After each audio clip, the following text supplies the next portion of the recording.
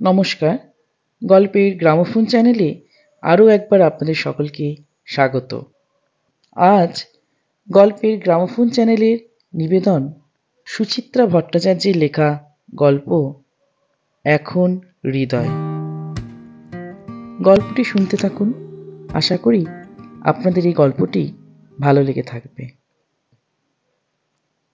রুমির সঙ্গে এখনো সেভাবে কথা হয়নি বিজয়ার। সবে গতকাল শ্বশুরবাড়ি ছেড়ে চলে এসেছে রুমি। সন্ধেবেলা ব্যাগ সুটকেস সব গুছিয়ে নিয়ে। মাসখানেক ধরেই বিজয়ার মন বলছিল কিছু একটা ঘটতে চলেছে। বাড়ি যেন তেতে আছে সামান্য, যেন কাছে পিঠে কোথাও আগুন লেগেছে। তার তাপ এসে ঢুকে পড়েছে এই পরিবারে। কারণে অকারণে মেজাজ গরম করছে দীপু। সোমার মুখ সারাক্ষণ হাঁড়ি। এ তো শুভ লক্ষণ নয়। নিজে থেকে কিছুই বলছিল না দীপু সোমা। অবশ্য সংসারের কোন কথাটাই বা ছেলের বউ আজকাল জানায় বিজয়াকে। জিজ্ঞেস করলেও তো এড়িয়েই যায়, নয় উত্তর দেয় ভাষা ভাষা। ভাবে হয়তো ৭৩ বছরের বুড়িটাকে বেশি পাত্তা দিয়ে কি লাভ? কোন সুরাহাটাই বা করতে পারবে সে? তবুও এইটুকুন ফ্ল্যাটে কিছুই কি গোপন থাকে পুরোপুরি? ফোনাফুনি ফিসফাস চাপা স্বরে কথাবার্তা কানে তো এসেই যায়। হাঁটু কোমর গেলেও বিজয়া তো কানের মাথা খাননি এখনো। চোখের জ্যোতিও আছে কিছুটা। তাই হয়তো নজরে পড়ে ছেলের কপালে যেন আচমকা উকি দিয়েছে একটা দুটো বলি রেখা। তা এ কালের রেওয়াজে তো বিজয়া তেমন অভ্যস্ত নন। চেপে রাখতে পারেননি কৌতূহল। কৌতূহল না উদ্বেগ? উদ্বেগ না আশঙ্কা? নাকি সবগুলোই মিলেমিশে পাক খাচ্ছিল মনে?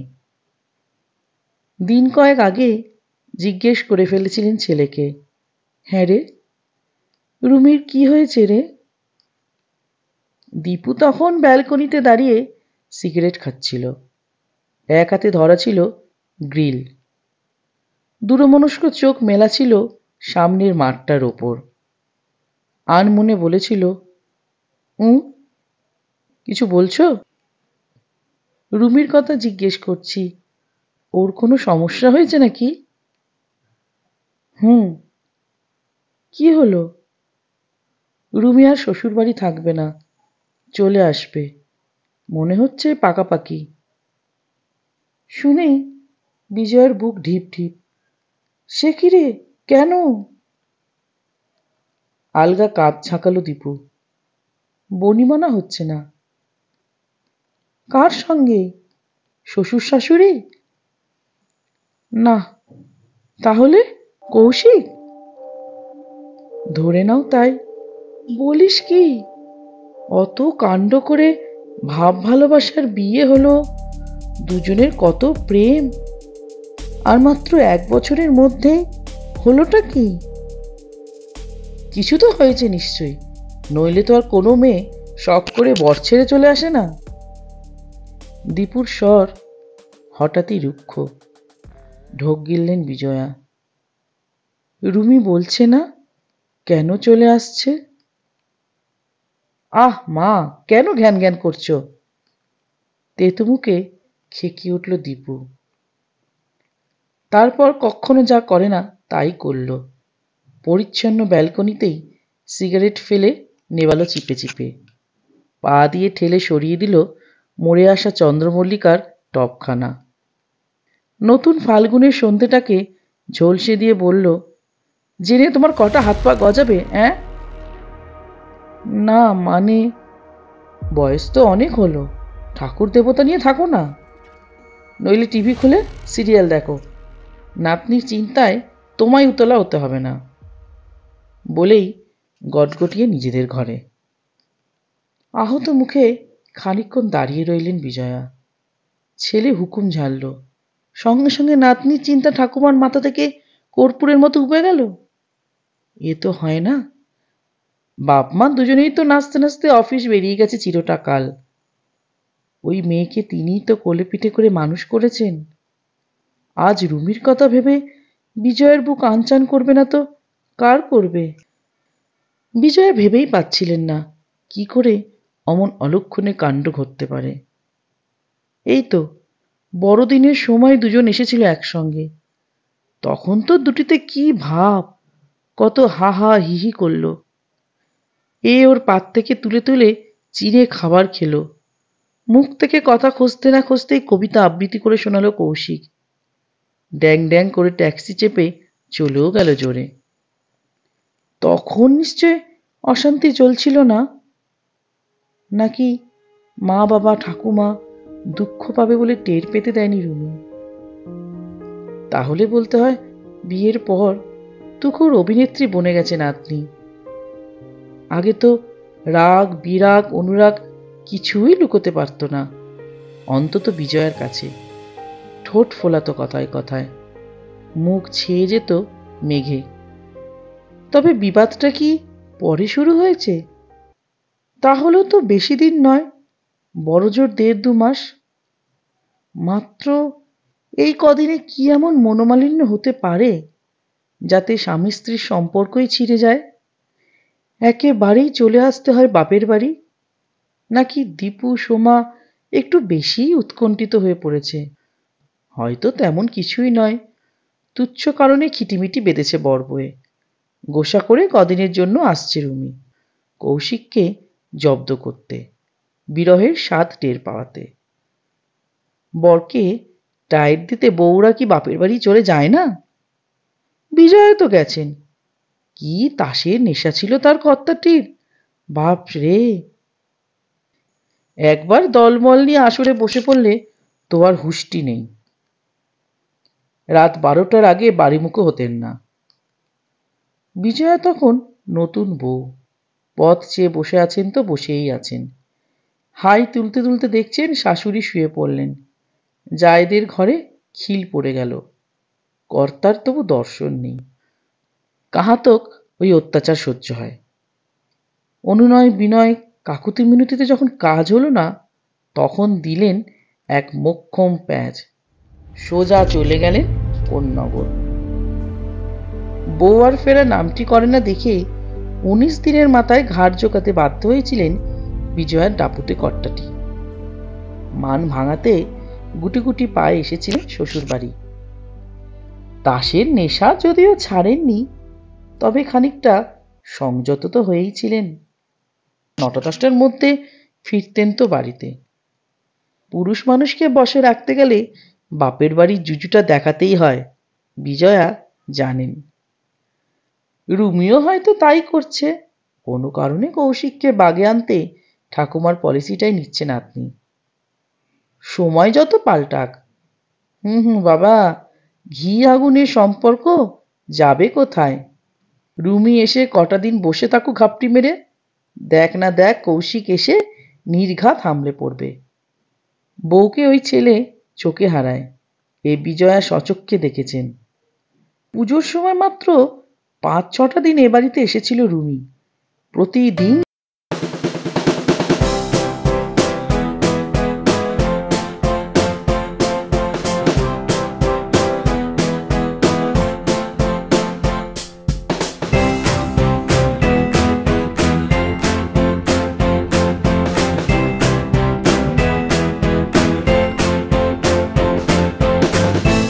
পেরেছে কি পারেনি, অমনি মেয়ে খড়খড় করে উঠল। কেন ফালতু ফালতু এনার্জি লস করছো মা? আমার বিয়ের ভাবনা আমার, তোমাদের নয়। সোমা নরম করে বলেছিল, তা বললে হয়? মা বাবার একটা কর্তব্য আছে তো। করো কর্তব্য, দাঁড়িয়ে থেকে বিয়েটা দিও। তবে পাত্র খোঁজার হাঙ্গামায় যেও না, ওটা আমার চুজ করা আছে। দীপু চমকিত হয়ে বলেছিল, কে? তোমরা চেনো তাকে, কৌশিক তো রণজয় সুদীপ মধুমিতাদের সঙ্গে এসেছে এ বাড়িতে। কৌশিক মানে ঢ্যাঙা মতন ছেলেটা? বলছিস কি তুই? সে তো চাকরি বাকরিও করে না। কে বলেছে? জার্নালিজম পড়ছে, এখন ফ্রিল্যান্স করছে, প্লাস আবৃত্তিতেও ওর কত নাম। শিগগিরই ওর ক্যাসেট বেরোবে। কিন্তু তোমার বিয়ে আমরা আরো ভালো ছেলের সঙ্গে দিতে চাই রুমি, যার অন্তত একটা স্ট্যান্ডার্ড ইনকাম আছে, একটা মিনিমাম স্ট্যাটাস আছে।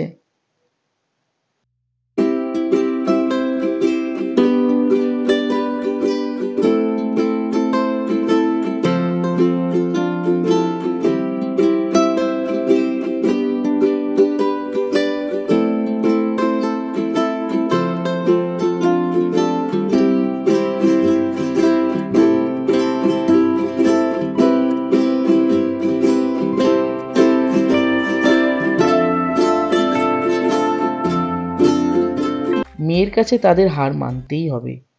মেয়ের কোনো বাসনা অপূর্ণ থাকলে যে বাবা মার রাতের ঘুম চলে যায়, কতক্ষণ তারা মেয়ের সঙ্গে জুঝবে। তাছাড়া কৌশিক তো ছেলে খারাপ নয়, দিব্যি দেখতে, চোখ দুটো মায়াবী মায়াবী, কথাবার্তায় অতি ভদ্র। বাপ সরকারি চাকুরে, সল্টলেকে নিজেদের ফ্ল্যাটও আছে। মূর্খ অশিক্ষিতও নয় ছেলে। আজ ভালো রোজগারপাতি না থাকলে কাল হবে। স্বামী স্ত্রীর সম্পর্কের আসল বনের তো প্রেম, সেটি থাকলে অনেক বাধাবিঘ্নই উতরে যাওয়া যায়। বিজয়া যা ভেবেছেন তাই হলো। দুম করে রুমি একদিন রেজিস্ট্রি করে ফেলল কৌশিককে। খবর পেয়ে দীপু গুম হয়ে রইল এক দুদিন। সোমা ফোঁচ করে কাঁদল, তারপর মেনেও নিল। সামাজিক অনুষ্ঠান, শাড়ি,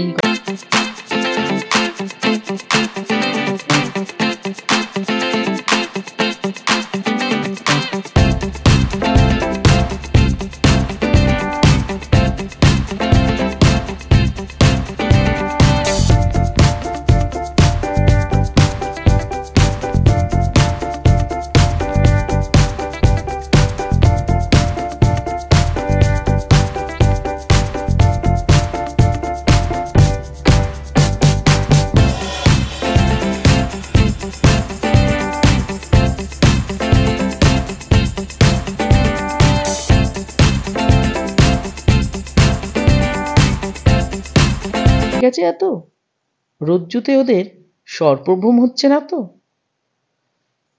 রুমির সঙ্গে এখনো পর্যন্ত সেভাবে কথা হয়নি বিজয়ার। সুযোগ মিলছে কই। কাল সন্ধ্যায় এই বাড়ি আসার পর থেকেই বাপ মা যেন ঘিরে রেখেছে মেয়েকে। কথা বলছে হাবিজাবি, রুমির চাকরি নিয়ে, কাজকর্ম নিয়ে। বিয়ের পরপরই এক টেলিভিশন চ্যানেলে ঢুকেছে রুমি। স্টুডিওতে বসেই কাজ, কম্পিউটারে কিসব করে টরে। টিভির প্রোগ্রামগুলোকে দেখুন বাহার করে তোলাটাই নাকি ওর ডিউটি। তা ওসব নিয়ে কৌতূহল দেখাচ্ছে দীপুরা, আসল প্রসঙ্গটিকে ভুলেও তুলছে না। হয়তো এটাই স্বাভাবিক, হয়তো এভাবেই মেয়ের মনটাকে একটু অন্যদিকে ঘুরিয়ে রাখতে চাইছে বাবা মা। মেয়েকে স্বাভাবিক রাখার চেষ্টা করছে। কিন্তু বিজয়ার তর সইছিল না, ছটপট করছিলেন মনে মনে। আজ সকাল থেকেই তককে তককে ছিলেন, কখন নাতনিকে একটু একান্তে পাওয়া যায়। দীপু সোমা অফিস বেরিয়ে যাওয়ার পর ফাঁকা হলো বাড়ি। বাবা মার ঘরে কম্পিউটার খুলে বসেছে রুমি। পায়ে পায়ে সেখানে এলেন বিজয়া। সরাসরি অবশ্য পারলেন না কথাটা। নাতনির পিঠের ধারে দাঁড়িয়ে প্রশ্ন করলেন, তোর শরীরটা ভালো নেই নাকি রে রুমি? কি একটা যেন টাইপ করছিল রুমি। কাজ না থামিয়ে বলল, কেন, ঠিকই তো আছি। নাতনির গলা কি একটু ভার ভার? বুঝতে পারলেন না বিজয়া। নরম গলাতেই বললেন, তাহলে জল খাবার খেলি না কেন? খেয়েছি তো। কই, মাত্র একটা তো টোস্ট খেলি। সকালে ওইটুকুই ভালো, 12টার মধ্যে তো ভাত খেয়ে নেব। অফিস যাবি? যাব না? কটা দিন ছুটি নিতে পারতিস। কেন? রুমি এসে ঘাড় ঘোরালো। কিস খুশি মেয়ে? না, মানে তোর একটু বিশ্রাম হতো। মনের ওপর দিয়ে এত বড় একটা ঝড় যাচ্ছে। কিসের ঝড়? রুমি চোখ কুচকালো। বুঝি রে বাবা, সব বুঝি। বিজয়া গিয়ে বসলেন খাটের কোণটিতে। মাথা দুলিয়ে বললেন, তোর মনে এখন কি চলছে আমি কি টের পাই না? তোর বয়সটা কি আমার ছিল না? রুমির চোখ আর একটু কোঁচকল। পালক পালক আঁখি পল্লব পিটপিট করল একটুক্ষণ। তারপর দু হাত মাথার ওপর তুলে আড়মোড়া ভাঙতে ভাঙতে বলল, কিছুই বোঝো না। একটা সম্পর্ক তৈরি হওয়া উচিত ছিল, হতে হতেও হলো না, ব্যাস ফিনিশ। এর জন্য বিছানায় শুয়ে 7 দিন গড়াগড়ি দেবো কোন দুঃখে? বিজয়া ভারী অবাক হলেন। চোখ গোল গোল করে বললেন, সে কি রে, তোর কোনো কষ্ট নেই? খারাপ তো একটু লাগছেই। বন্ধু বিচ্ছেদ হলে একটা অড ফিলিং হয়। সেই জায়গায় কৌশিক তো বনে গেছিল আমার লাইফ পার্টনার। বনে গেছিল কেন? এখনো তো আছে। অবশ্যই না, কৌশিক এখন পাস্ট টেন্স, আর কদিন পরে হয়ে যাবে ওয়ান্স আপন আ টাইম। পরিচয় দিতে গেলে বলতে হবে কৌশিক বসু কোনো এক সময় আমার হাজবেন্ড ছিল। কথার কি ছিরি, মুখে কিছু আটকায় না গো। বিজয়া ভ্যাবাচাকা খাওয়ার মুখে বললেন, ছাড়াছাড়ি তাহলে তোদের হবেই? একেবারে সব ফাইনাল করে ফেলেছিস? হ্যাঁ ঠাম্মা, সুখের চেয়ে স্বস্তিই বেটার। নাতনির স্বরে হাহাকার নেই কণামাত্র। বিষণ্ণতা? হুম, তাও নেই যেন। বরং হাবভাবে মনে হয় সত্যিই যেন দুশ্চিন্তামুক্ত হয়েছে রুমি।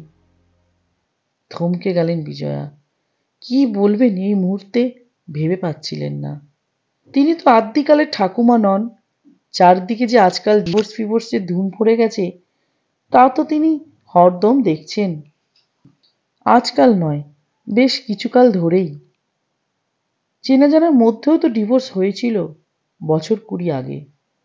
ভাইজির জামাইটা মদ টদ খেত, স্বভাব চরিত্রও সুবিধের ছিল না, মারধরও করতো শিলাকে।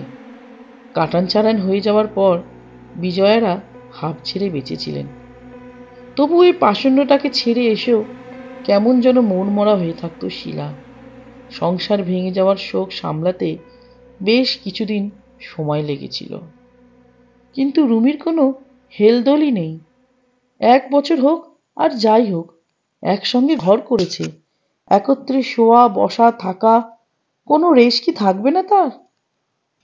বিজয়া জিজ্ঞেসই করে ফেললেন, বেশ তো ছিলি, হঠাৎ ঘটল কি তোদের? কি নিয়ে বাঁধলো? ওই আর কি, মনের মিল হলো না। আগে অত মন দেওয়া নেওয়া হলো, আর পরে মনের মিল হলো না? হলো না। মনের আসল চেহারা কি বিয়ের আগে দেখা যায়? ও যে এত অসভ্য, এত বর্বর, আমি বুঝবো কি করে? আশ্চর্য, হঠাৎ ছেলেটা মন্দ হয়ে গেল। আগে তো কোনোদিন এ কথা বলিসনি। শেষ যেদিন এলি সেদিনও তোদের কত ঢলাঢলি। অশান্তি থাকলেই কি মুখে তার সাইনবোর্ড টাঙিয়ে ঘুরতে হবে? লোককে দেখাতে হবে আমি অসুখী? ও, বিজয়া অপ্রসন্ন স্বরে বললেন, তা এখন তোমাদের অশান্তির কারণটা জানতে পারি? বললাম তো, ও একটা অসভ্য বর্বর। ওকে দেখে যা মনে হয় ও মোটেই সেরকম নয়। কি অসভ্যতা করেছে? তোর গায়ে হাত তুলেছে? অত সোজা হাত ভেঙে দিতাম না তাহলে? তাহলে নেশাভান ধরেছে, মাতাল হয়ে বাড়ি ফেরে? সে কেনা একটু আধটু খায়, তবে পেঁচি মাতাল হয়ে বাড়ি এসে হুল্লাগুল্লা করবে, কৌশিক সেই টাইপ নয়। তাহলে অন্য মেয়ের সঙ্গে ভাব করেছে? হুম, সে গার্ডস ওর আছে নাকি? আমি যা ভুল করে ওকে বিয়ে করে ফেলেছি, আর কোনো মেয়ে ওকে পাত্তা দেবে? বিজয়া অধৈর্যভাবে বললেন, তাহলে তোদের ঝামেলাটা কি? বললাম তো, মনের অমিল। আমি একরকম, কৌশিক একরকম। ও একটা নির্ভেজাল এমসিপি। এই শব্দটা রুমির মুখে আগেও কয়েকবার শুনেছেন বিজয়া, মানেটা ঠিক জানেন না, তবে এটুকু বোঝেন কথাটা পুরুষদের উদ্দেশ্যে ছোড়া একচোখা গালাগাল। ছেলেদের নাকি পৌরুষের অহংকারে মটমট শুয়োর না কি যেন বলা আছে গালাগালটায়। ভুরু কুচকে জিজ্ঞেস করলেন, কি পৌরুষের গরম দেখালো সে? এক রকম নয়, অনেক রকম। নিজের একটা পাকা চাকরি জোটানোর মুরদ হলো না, ওদিকে আমি চাকরি করছি সেটাও সহ্য হয় না। তুমি তো জানোই আমার চাকরির নেচার, ফিরতে রাত হয়। কৌশিকের সেটা একেবারেই নাপসন্দ। কেন চাকরি করছি, এমন চাকরি করার দরকার কি? এর সঙ্গে আবার কি সাংঘাতিক সন্দেহবাতিক, উৎকট পজেসিভনেস। কোনো ছেলের সঙ্গে ফোনে আমি 10টা মিনিট কথা বললেই বাবু রেগে কায়। কারোর সঙ্গে যদি মিশি একটু, কিংবা কেউ যদি বাড়ি পৌঁছে দেয়, তবে তো হয়েই গেল, তাদের সামনেই বাবু সিন ক্রিয়েট করবেন। জানো এবার কি করেছে? আমার অফিসের বস আমায় গাড়ি করে নামিয়ে দিতে গিয়েছিল। আমি জাস্ট ভদ্রতা করে তাকে কফি খেতে ডেকেছি। ভদ্রলোককে মুখের ওপর অপমান করে দিল। সেদিনই আমি ঠিক করে ফেলেছিলাম, আর নয়। 2 সপ্তাহ টাইম দিয়েছিলাম ক্ষমা চাওয়ার জন্য। কৌশিক ঘাড় তেরা করে রইল, আমিও চলে এলাম। শুধু এইটুকু কারণে সম্পর্কের ইতি? শুধু এইটুকু বলছো? রুমি আহত চোখে তাকালো। আমাকে অন্যায় সন্দেহ করবে আর আমি নির্বিবাদে মেনে নেব? স্বামী স্ত্রীকে একটু সন্দেহ করবে, স্ত্রী স্বামীকে, এ তো ভালোবাসারই লক্ষণ। হারানোর ভয় থাকলেই না সন্দেহটা আসে। ভবানীপুরে বিজয়াদের পাশের বাড়িতে ভাড়া থাকতেন রমেশ সেন। তৃতীয় বাচ্চাটির জন্ম দিতে গিয়ে বউ মারা গেল বেচারার। তারপর থেকে কেমন খ্যাপা খ্যাপা হয়ে গেছিলেন ভদ্রলোক। খালি পায়ে ঘুরে বেড়াতেন সর্বত্র, এমনকি অফিসেও যেতেন জুতো চটি না পরে। পাড়ায় মানুষটার নামই হয়ে গেল খালিপদবাবু। তা সেই খালিপদবাবু হুটহাট চলে আসতেন বিজয়ার কাছে, ছল ছল চোখে নিজের দুঃখের কাহিনী শোনাতেন, আর আঙুল চেটে চেটে খেতেন বিজয়ার হাতের শুক্তো, কাটা চচ্চড়ি, পোস্তর বড়া। দেখলেই দীপুর বাবা রেগে টং। কেন সবসময় লোকটা তোমার কাছেই এসে বসে থাকে? এত কি পীড়িত তোমার সঙ্গে? একদিন তো খালিপদবাবুর সামনেই বলেছিলেন, পেয়ার মোহাব্বত ঘুচিয়ে দেব। আলভোলা খালিপদবাবু কথাটা ধরতে পারেননি, কিন্তু বিজয়ার তো লজ্জায় ঘেন্নায় মরে যায় দশা। দীপুর বাবার এক দেশতুত ভাই হোস্টেলে থেকে পড়াশোনা করত। ছুটির দিনে চলে আসতো বিজয়াদের বাড়ি। গান গেয়ে নাটকে ডায়লগ বলে দারুণ আড্ডা জমাতে পারত সৌরেন। তাকে নিয়েও দীপুর বাবা কম খোঁটা দেননি। তা বলে স্বামীকে ছেড়ে চলে যাওয়ার কথা কি কখনো মাথায় এসেছিল? আরও অনেক গুণ ছিল দীপুর বাবার। ওই যাকে বলে পাক্কা এমসিপি, নিজে যা চাইবেন তাই হবে, মুখে মুখে তর্ক চলবে না। ফোঁস করলেই চড়চপড় পর্যন্ত চালিয়ে দিয়েছেন 2-4 বার। পরে হয়তো ক্ষমা চেয়ে নিয়েছেন, তবু মেরেছেন তো। আজকালকার মেয়ে হলে টানা 32 বছর ঘর করত ওই স্বামীর সঙ্গে। অবশ্য সময় তো পাল্টেছে, ওই ধরনের তেজ দেখানো এখন চলবেই বা কেন? নিজের পায়ে দাঁড়াচ্ছে মেয়েরা, তাদের মান অপমান বোধ তো বেশি থাকবেই। তবু বিজয়ার কোথায় যেন খচখচ করে, হয়তোবা সংস্কারের বশেই। স্বামী স্ত্রীর সম্পর্ক যদি এত ঠুনকো হয়, তাহলে আর রইলটা কি? রুমি ফের ফিরেছে কম্পিউটারে, টাইপ করছে না, দৃষ্টি পর্দায় স্থির। আঙুল নড়ছে মৃদু মাউস ছুঁয়ে। বিজয়া ঘরে গলায় বললেন, শোন রুমি, ঝোঁকের বশে কিছু করিস না, মাথাটাকে ঠান্ডা রাখ।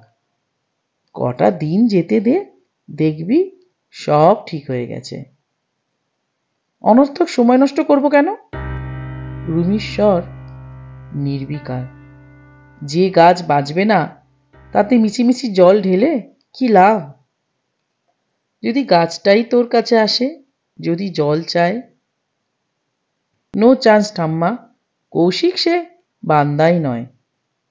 তাছাড়া আমরা দুজনেই বুঝে গেছি আমাদের ওয়েভ লেংথ ডিফারেন্ট, আমরা টোটাল মিসম্যাচ। এমন একটা রিলেশন আর বেশি দিন গড়াতে না দিয়ে তাড়াতাড়ি এন্ড করে দেওয়াই তো ভালো। বলেই একটুক্ষণ বিজয়ের ভ্রুকুঞ্চ নিরীক্ষণ করল রুমি। তারপর হাসছে ফিক ফিক। হাসতে হাসতে উঠে এসে টিপে ধরেছে বিজয়ের গাল। আদুরে গলায় বলল, ওরে বুড়ি, এসব তুই বুঝবি না। তুই শুধু বসে বসে মেগা দেখ আর ফোঁচ করে কাঁদ, ঠিক আছে?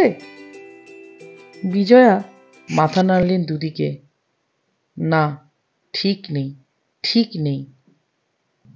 সত্যি সত্যি রয়ে গেল রুমি। দিব্যি আছে, সেজে গুজে বেরিয়ে যাচ্ছে অফিস, হা ক্লান্ত হয়ে ফিরছে রাত্রিরে, তারপর খেয়ে দেই বিছানায় ঝপাং। অবসর মিললে টিভি দেখছে, গল্প করছে, কম্পিউটার খুলে ইমেল পাঠাচ্ছে বন্ধুদের, কিংবা কাজ করছে নিজের মনে। ছুটির দিনে উঠছেও বেলা করে, আয়েশ করছে সারা দিন। দেখে মনে হয় এ যেন সেই বিয়ের আগের রুমি। মাঝের একটা বছর যেন কোনো মন্ত্র বলে উধাও করে দিয়েছে জীবন থেকে। দীপু সোমার মুখ থমথম ছিল কয়েকদিন, তারাও আবার সমে ফিরেছে। পুরোপুরি নয়, তবে অনেকটাই। উদ্বেগ আছে নিশ্চয় ভেতরে ভেতরে, তবে তার প্রকাশ নেই তেমন। মেয়ে জামাইয়ের সম্পর্কের ভবিষ্যৎ যে ঝরঝরে, এ যেন ধরেই নিয়েছে তারা, কিন্তু মুখে কিছু বলে না। হয়তো অপেক্ষায় আছে মেয়ে কি করে দেখার জন্য, কিংবা সময়ের হাতে ছেড়ে দিয়েছে মুশকিল আসানির ভার। একমাত্র বিজয় সুস্থিত হতে পারছিলেন না কিছুতেই। থেকে থেকে হু হু করে ওঠে বুক। স্বপনে জাগরণে কুড়ে কুড়ে খায় নাতনির চিন্তা। এত ঘটাপটা করে বিয়ে হলো, দুম করে ভেঙে যাবে? কি হবে রুমির? একা একাই থাকবে, নাকি এই বিয়েটা ভেঙে গেলে আবার বিয়ে থা করে থিতু হবে সংসারে? ডিভোর্স আজকাল আকছাড়ি ঘটছে বটে, কিন্তু বিয়ে ভাঙা মেয়েদের এখনো যে লোকে বেশ বাঁকা চোখে দেখে, এও তো বিজয়ার অজানা নয়। এই যে রুমি এখানে এসে আছে, তাই নিয়েও কি কানাঘুষো করছে না পাঁচজনে? 7-5 ভাবনা থেকে ছেলের কাছে একদিন পেরেই ফেললেন প্রসঙ্গটা, নাতনি অনুপস্থিতিতে। সরাসরি বললেন, কি রে, এমন গা ছাড়া দিয়ে বসে রইলি কেন? নয় নয় করে 2 মাস তো হলো, এবার রুমির ব্যাপারটা নিয়ে ভাবনা চিন্তা কর। অফিস থেকে ফিরে সবে চান টান করে টিভি চালিয়েছিল দীপু, খবর শুনছিল। বিরস গলায় বলল, কি ভাববো বলো? বেয়াই বেয়ানের সঙ্গে দেখা কর, কৌশিকের সঙ্গে কথা বল, এবার তো একটা মিটমাট হয়ে যাওয়া উচিত। চেষ্টা হয়ে গেছে মা, লাভ হয়নি। সোমা রান্নাঘরে চা করছিল, শুনতে পেয়েছে কথার খড়কান। রান্নাঘর থেকেই বলল, মাকে বলে দাও কি বলেছেন কৌশিকের মা। কি বলেছে? ওরা নাকি কৌশিককে বোঝাতে গেছিলেন, কৌশিক পাত্তা দেয়নি। বলেছে বিয়ে আমরাই করেছি, সেটা রাখবো না ভাঙবো আমাদেরই ডিসাইড করতে দাও। ও মা, সে কি কথা? ওই ছেলেই না কমাস আগেও বউ বিহনে চোখে অন্ধকার দেখতো। এটা এখন গতির যুগ মা, সব কিছুতেই স্পিড স্পিড, গড়তেও স্পিড, ভাঙতেও স্পিড। আজ বলবে আই লাভ ইউ, কাল বলবে আই হেট ইউ। বিজয়ের গলা কেঁপে গেল। আমাদের মেয়েটার তাহলে কি হবে? হাত উল্টোলো দীপু, আঙুল তুলে ওপরটা দেখিয়ে দিল। ঘুরন্ত ফ্যানটাকে দেখালো না ভগবান বোঝা গেল না। সোমা চা এনে বসেছে সোফায়, ভার মুখে বলল, আমাদের যে কৌশিকের বাবা মার সঙ্গে কথা হচ্ছে, এটা কিন্তু ভুলেও রুমিকে বলতে যাবেন না মা, কুরুক্ষেত্র হয়ে যাবে তাহলে। বিজয়া অভিমানী গলায় বললেন, আমার বলার কি দরকার? আমি আর কতদিন আছি? যা ভালো বোঝো তোমরাই করো। লাফঝাপ করে বিয়ে হলো, আবার সে বিয়ে বছর ঘুরতে না ঘুরতে ছিঁড়েও গেল। এমন সৃষ্টি ছাড়া কাণ্ড আমি জন্মেও দেখিনি। তা দেখার আরো কিছু বাকি ছিল বই কি বিজয়ার। দিন কয়েক পর সন্ধে দিচ্ছিলেন। দীপু সোমা তখনও ফেরেনি। হঠাৎই ফোন বেজে উঠেছে ঝনঝন। টলমল পায়ে গিয়ে রিসিভার তুললেন বিজয়া। হ্যালো ঠাম্মা, আমি কৌশিক বলছি। ছলাৎ করে উঠল রক্ত। বিজয়া প্রায় খামচে ধরলেন রিসিভারটাকে। ও মা, কি কাণ্ড! তুমি? কি খবর? কেমন আছো? চলে যাচ্ছে ঠাম্মা। আপনার শরীর কেমন? আমি আর ভালো থাকি কি করে?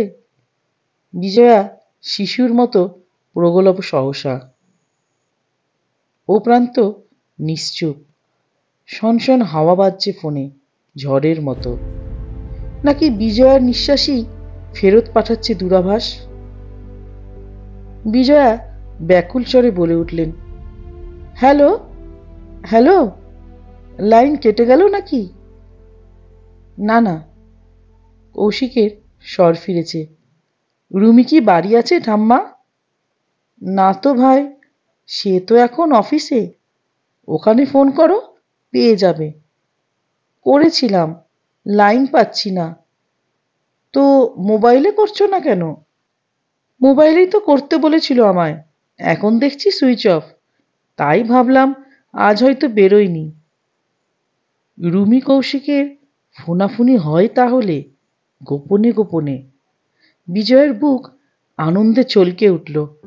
যাক বাবা, ছেলে মেয়ে দুটোর সুমতি তবে ফিরেছে। বিগলিত স্বরে বিজয়া বললেন, রুমি এলেই আমি তোমায় ফোন করতে বলবো। ফোন না করলেও চলবে, জাস্ট বলে দেবেন আমি রিং করেছিলাম, তাহলেই ও বুঝে যাবে।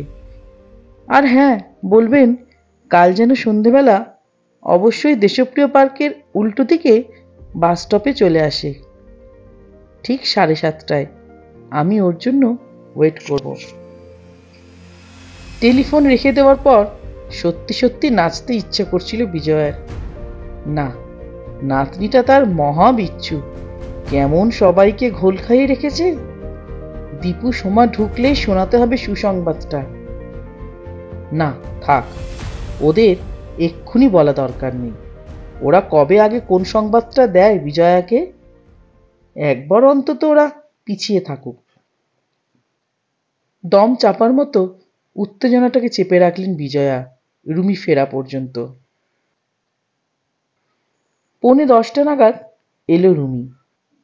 ঘরে ঢুকে সালোয়ার কামিজ ছেড়ে নাইটিতে নিজেকে বদলেছে। দুলে দুলে বিজয়া হাজির।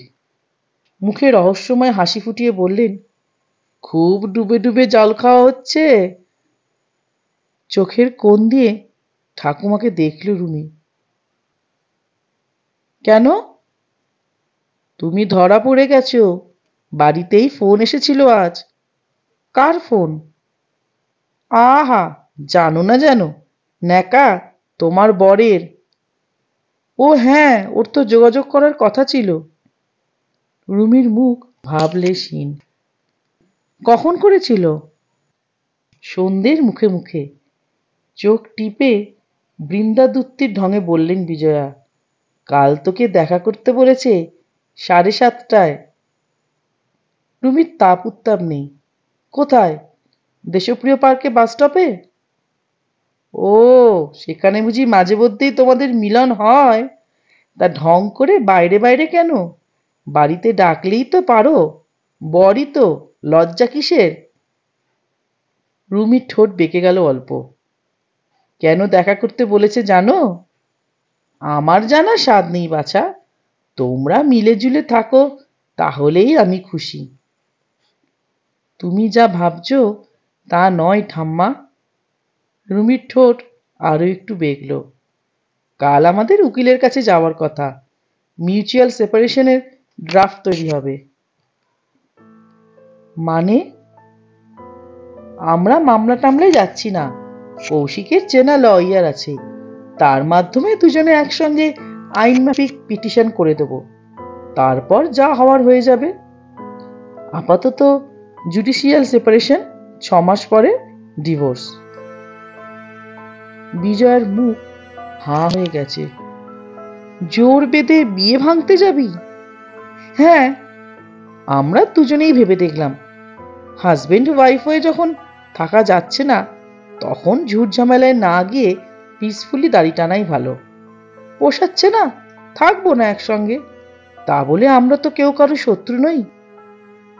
মিছিমিছি কেস ফেসে গিয়ে দুজনে দুটো উকিলের পেছনে টাকাই বা ঢালবো কেন? কাদা ছোড়াছুড়ি বা কেন করতে যাব? তুমিই বলো, যুক্তিটা কি ভুল? বিজয়া স্তম্ভিত। বিজয়ের মুখে বাক্যি সরছিল না। বিজয়ের ঘুম আসছিল না। রাতে আজকাল ঘুম এমনিই কমে গেছে। তার উপর মাথায় কোনো চিন্তা সেধিয়ে গেলে তো কথাই নেই, সারা রাতই অনিদ্রা। আজ গরমও পড়েছে খুব, এত গুমোট যে পাখার হাওয়াও গায়ে লাগে না।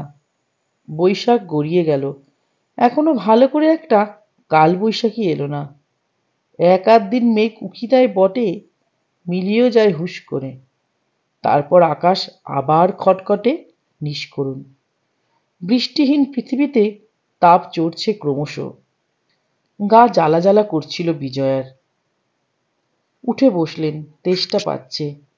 ঘরে সবজেটে রাতবাতি, মৃদু আলোয় সবই কেমন আবছা আবছা। বিজয়া হাতড়ে হাতড়ে মশারি সরালেন, নেমেছেন বিছানা থেকে। বেটে টুলে জল ঢাকা থাকে, খেলেন দু চুমুক। সন্তর্পণে বেরোচ্ছেন ঘর ছেড়ে। বুড়ো বয়সের এই এক ঝঞ্ঝাট, রাতে বাথরুম পায় ঘন ঘন। 3 কামরা ফ্ল্যাটে একটাই লাগোয়া বাথরুম। দীপু সোমার ঘরের সামনে। ছেলে ছেলের বউয়ের পাশের ঘরেই থাকেন বিজয়া। অন্য বাথরুমটায় যেতে বড়সড় ড্রয়িং ডাইনিং স্পেসটা পার হতে হয়, সোফা টোফা সামলে সুমলে। পাছে হোঁচট খান। পায়ে পায়ে এগোতে গিয়ে বিজয়া থমকালেন হঠাৎ। বসার জায়গায় ফ্যান ঘুরছে বন বন। কি আক্কেল বাড়ির লোকেদের! ইলেকট্রিকের বিল দেখে তুলকালাম করবে। এদিকে এ ব্যাপারে হুঁশটি নেই। এই অপচয়ের কোনো মানে হয়? দেওয়ালের ধারে গিয়ে বিজয়া সুইচটা অফ করলেন। আলো অন্ধকারে তখনই মনে হলো কে একটা নড়ে উঠল সোফায়। সঙ্গে সঙ্গে আলো জ্বালিয়েছেন। ও মা, এ তো রুমি! অন্ধকারে কি করছে সোফায় বসে? এখানেই ঢুলছে নাকি? আচমকা আলোর ঝলকানিতে রুমিও চমকে তাকিয়েছে। বিজয়া স্পষ্ট দেখতে পেলেন নাতনির দু চোখে টলটল করছে মুক্ত দানা। এ কি রে রুমি, তুই কাঁদছিস? কই, না তো। ঝটিতে চেটোর উল্টো পিঠে চোখ মুছে নিল রুমি। নাক টেনে বলল, কি একটা যেন পড়েছে চোখে, খুব কড়কড় করছে। যা, ঘরে গিয়ে শুয়ে পড়। বাধ্য মেয়ের মতো উঠে পড়ল রুমি। ধীর পায়ে যাচ্ছে নিজের ঘরে। নাতনিকে এক দৃষ্টে দেখছিলেন বিজয়া। এ দেখাও তার কপালে ছিল। বুকটা চিনচিন করছিল বিজয়ার। আবার যেন কেটেও যাচ্ছিল ভেতরের ভ্যাপসা ভাবটা। হে ঈশ্বর, চোখ করকর করার জন্য ওই বালিটুকু যেন থাকে পৃথিবীতে চিরকাল। গল্পটি এখানেই শেষ হলো। আপনাদের যদি এই গল্পটি ভালো লেগে থাকে, তাহলে আপনারা অতি অবশ্যই আমার এই চ্যানেলটিকে সাবস্ক্রাইব করে নেবেন এবং পাশে থাকা বেল আইকনটিকে প্রেস করে দেবেন। তাহলে আরও নিত্য নতুন গল্পের নোটিফিকেশান অতি সহজেই আপনারা পেয়ে যাবেন। খুব শিগগিরই আমি হাজির হব আমার পরবর্তী গল্প নিয়ে। ততদিন সবাই ভালো থাকবেন, সুস্থ থাকবেন। নমস্কার।